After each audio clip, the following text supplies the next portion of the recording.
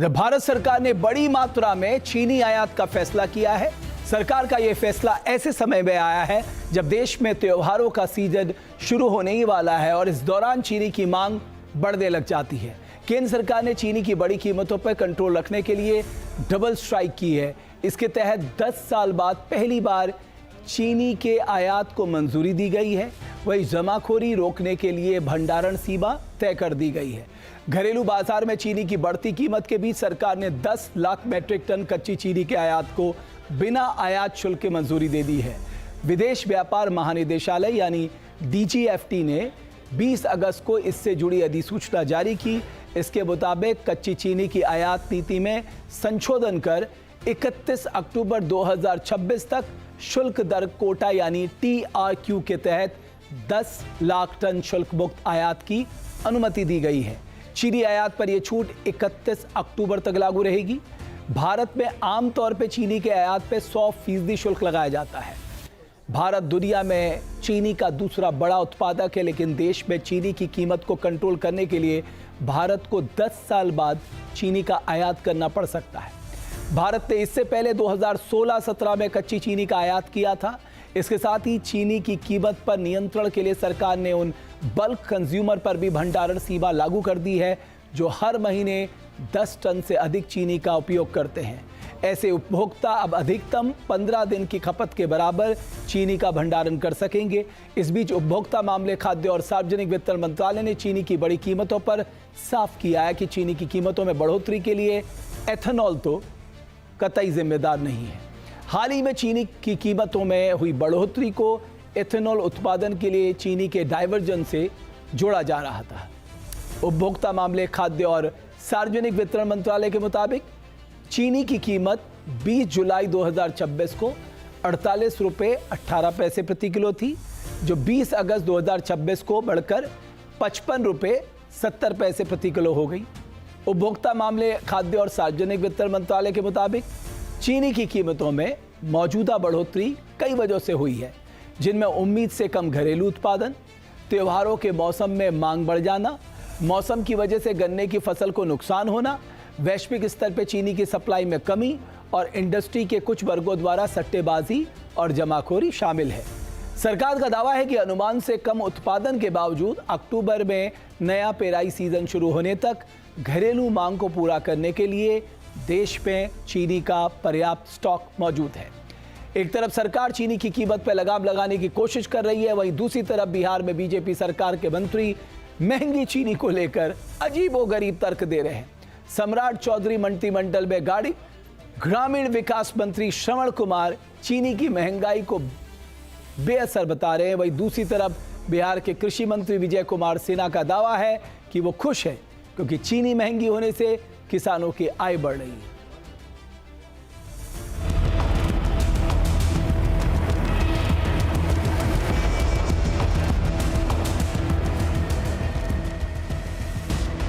त्योहारी सीजन से ऐन पहले शहर शहर चीनी की कीमतें आसमान छूने लगी हैं। चीनी के दाम शतकवीर होते उससे पहले सरकार का एक्शन शुरू हो गया। चीनी के दाम क्यों बढ़े, इसे लेकर सरकार से लेकर विपक्ष तक के अपने दावे हैं, दलीलें हैं, लेकिन केंद्र सरकार ने जनता की कटती जेब को संभालने की कोशिश तो शुरू कर ही दी है। लेकिन बिहार में सम्राट कैबिनेट के मंत्री चीनी की कीमत में लगी आग से खुश हैं। दावा कर रहे हैं कि डायबिटीज के बढ़ते मर्ज की वजह से चीनी की महंगाई बेअसर साबित होगी। आजकल तो सब डायबिटीज के शिकार हो रहे हैं। चीनी के दाम की बढ़ोतरी से कोई फर्क पड़ने वाला नहीं। हमको व्यक्तिगत बड़ा खुशी होता है जब मेरे किसान का अनाज का कीमत बढ़ता है। चीनी की बड़ी कीमत को डायबिटीज यानी शुगर की बीमारी से जोड़कर बेअसर बता रहे ये हैं बिहार के ग्रामीण विकास मंत्री श्रवण कुमार। मंत्री जी पहले भी कई बार अलग अलग मुद्दों पर अजीबोगरीब तर्क दे चुके हैं। इस बार जब उनसे चीनी की रॉकेटबंदी कीमत के बारे में पूछा गया तो उनके श्रीमुख से जो निकला उसे आप भी पूरा सुनिए। ऐसे भी चीनी लोग कम खा रहे हैं। लोग सबको तो आजकल बीमारी हो गई, मिठाई उठाई कम खाते हैं। आजकल तो सब डायबिटीज के शिकार हो रहे हैं। तो मैं समझता हूँ कि चीनी के दाम की बढ़ोतरी से कोई फर्क पड़ने वाला नहीं। सम्राट कैबिनेट के एक और सदस्य कृषि मंत्री विजय कुमार सिन्हा तो श्रवण कुमार से भी आगे निकल गए। उन्होंने साफ कह दिया कि चीनी की महंगाई अच्छी है क्योंकि किसानों को फायदा हो रहा है। देखिए चीनी के कीमत में भारी वृद्धि हुआ है, उसके कारण हमारे यहाँ गन्ना उद्योग के मंत्री हैं और हम लोग जानकारी प्राप्त करेंगे। ऐसे एक बात हमने बड़ा खुल के कहा, हमको व्यक्तिगत बड़ा खुशी होता है जब मेरे किसान का अनाज का कीमत बढ़ता है। कृषि मंत्री के नाते किसान के अनाज बढ़ते हैं तो लोग छाती पीटते हैं, लेकिन विद्यालय का फीस बढ़ जाता है, डॉक्टर का फीस बढ़ जाता है, उस पर लोग चुप क्यों रहते हैं।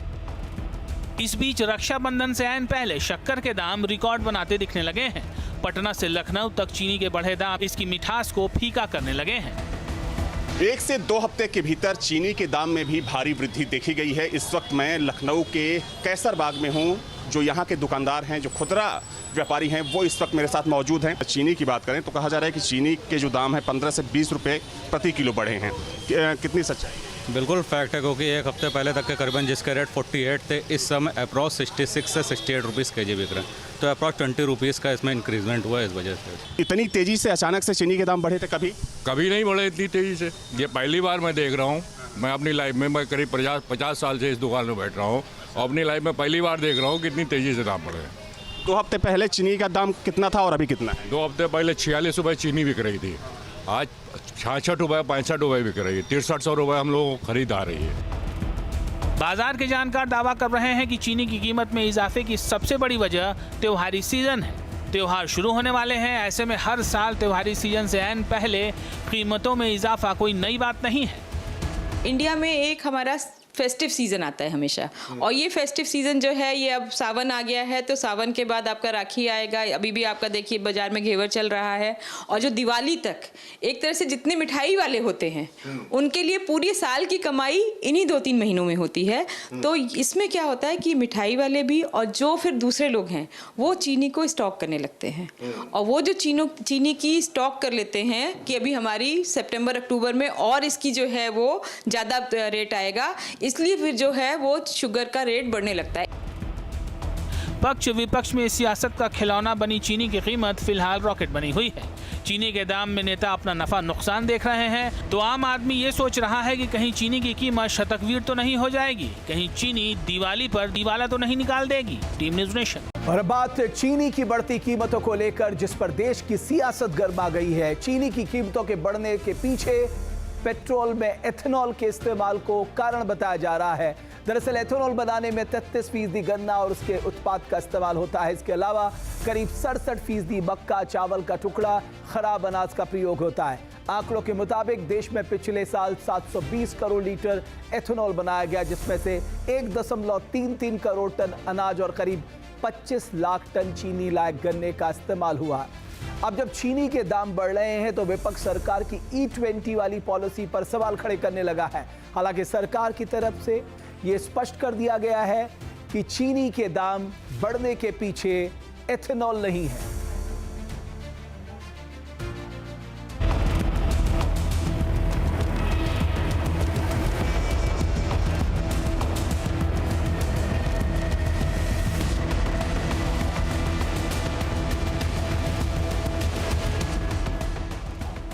त्योहारी सीजन से ठीक पहले बढ़ती कीमतों ने चीनी की मिठास में कड़वाहट घोल दी है। चीनी की कीमतें आसमान छूने लगी हैं और इस मुद्दे को कांग्रेस ने लपक लिया है। कांग्रेस अध्यक्ष मल्लिकार्जुन खड़गे ने चीनी की बढ़ती कीमतों और स्टॉक की कमी को लेकर केंद्र सरकार पर निशाना साधा है। उन्होंने एक्स पर पोस्ट कर कहा कि त्योहारों से पहले चीनी की मिठास में मोदी सरकार की नीतियों की कड़वाहट घुल गई है। खड़गे ने मोदी सरकार से 3 सवाल भी पूछे। उन्होंने सवाल किया कि दुनिया के बड़े चीनी उत्पादक और निर्यातक भारत में आज चीनी का स्टॉक 9 साल के निचले स्तर पर क्यों है? नौबत निर्यात रोकने और 10 लाख टन चीनी ड्यूटी फ्री आयात करने तक कैसे पहुंच गई? 3 महीने में चीनी करीब 40% महंगी हो गई। त्योहारों से पहले जनता पर पड़ी इस महंगाई की मार का जिम्मेदार कौन है? जब देश में चीनी की कमी है और सरकार विदेश से चीनी मंगा रही है, तो गन्ने और अनाज को E20 के लिए एथेनॉल बनाने में झोंकने की नीति की समीक्षा क्यों नहीं हो रही? कांग्रेस अध्यक्ष ने तंज कसा कि ये कैसा आत्मनिर्भर भारत है जहां विदेश से चीनी आयात की जा रही है। सिर्फ कांग्रेस ही नहीं, समाजवादी पार्टी ने भी चीनी की बढ़ती कीमतों को लेकर केंद्र सरकार को घेरा। समाजवादी पार्टी अध्यक्ष अखिलेश यादव ने इसके पीछे मुनाफाखोरी और पेट्रोल में एथेनॉल के इस्तेमाल को कारण बताया। चीनी कितनी महंगी हो गई, और तब महंगी हो गई जब त्योहार आ गया है, आपको मिठाई खरीदनी पड़ेगी। मिठाई महंगी हो गई, साबुन महंगा हो गया, तेल महंगा हो गया, खाने की हर चीज महंगी हो गई, डीजल पेट्रोल सब कुछ महंगा। हमने तो कई बार कहा, फिर कहता हूं कि अगर इथेनॉल मिलाना गाड़ी का माइलेज और मेंटेनेंस अच्छा करती है, तो जितनी भी कंपनियां हैं जो मिलवा रही हैं इथेनॉल, उन कंपनियों को बाकायदा ऐड देना चाहिए अखबारों में। तो सोचिए, मुनाफे की वजह से ये पेट्रोल में इथेनॉल मिलवा रहे हैं और मुनाफे के लिए चीनी महंगी कर रहे हैं। विपक्ष ने चीनी को इसलिए मुद्दा बनाया क्योंकि देश के कई शहरों में इसकी कीमत 70 रुपए किलो के करीब तक पहुंच गई है। पिछले 3 महीने में चीनी के दाम करीब 40% यानी 19 रुपए प्रति किलो तक बढ़ गए हैं। चीनी के दाम क्यों बढ़े, इसे लेकर सरकार से लेकर विपक्ष तक के अपने दावे हैं। पूरे मामले पर केंद्र सरकार भी एक्टिव हुई है। कीमत कम करने के लिए केंद्र ने 31 अक्टूबर तक 10 लाख टन रॉ शुगर बिना ड्यूटी के आयात करने की मंजूरी दी है। केंद्र सरकार ने चीनी की बढ़ती कीमतों के लिए एथेनॉल उत्पादन को जिम्मेदार मानने से इनकार किया है।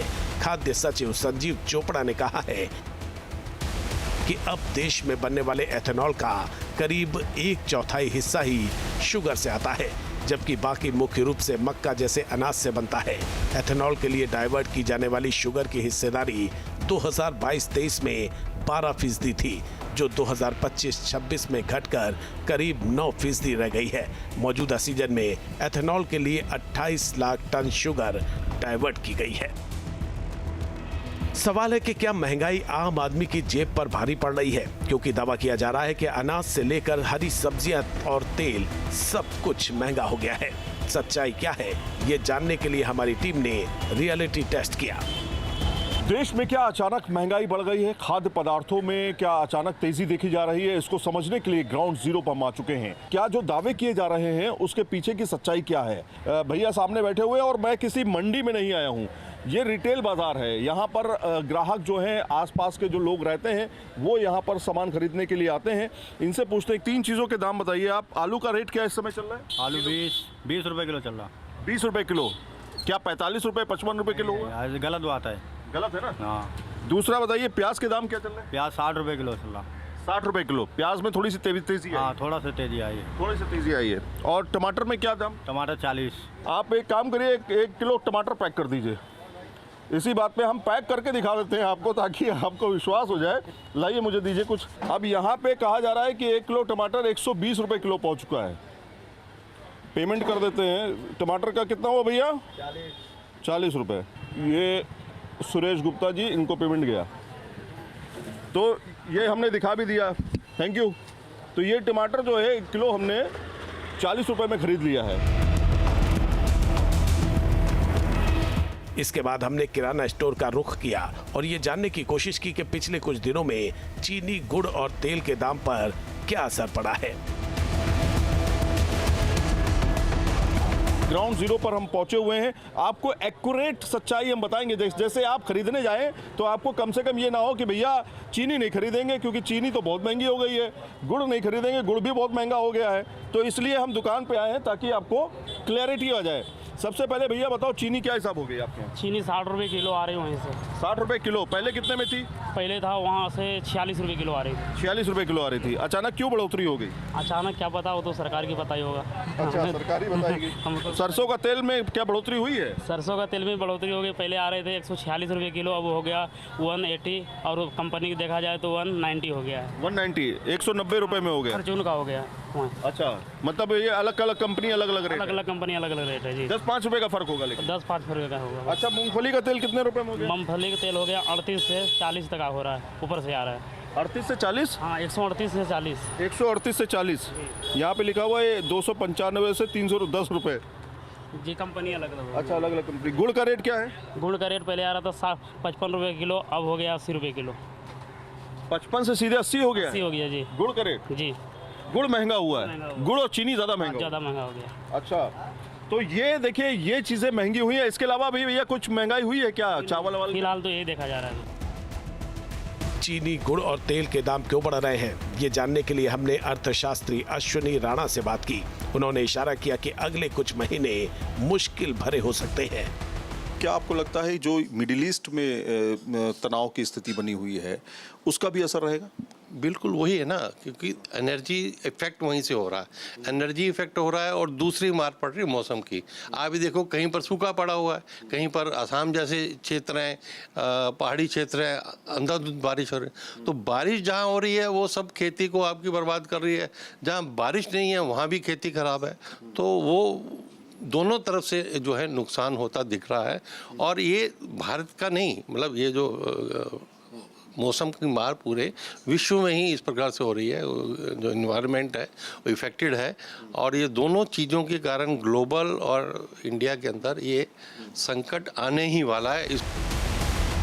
जानकारों के मुताबिक देश में बढ़ रही महंगाई के पीछे कोई एक वजह नहीं है। ग्लोबल मामले जैसे अमेरिका ईरान युद्ध, अल नीनो का असर और कई इलाकों में आई बाढ़ भी इसकी वजह है। T news nation.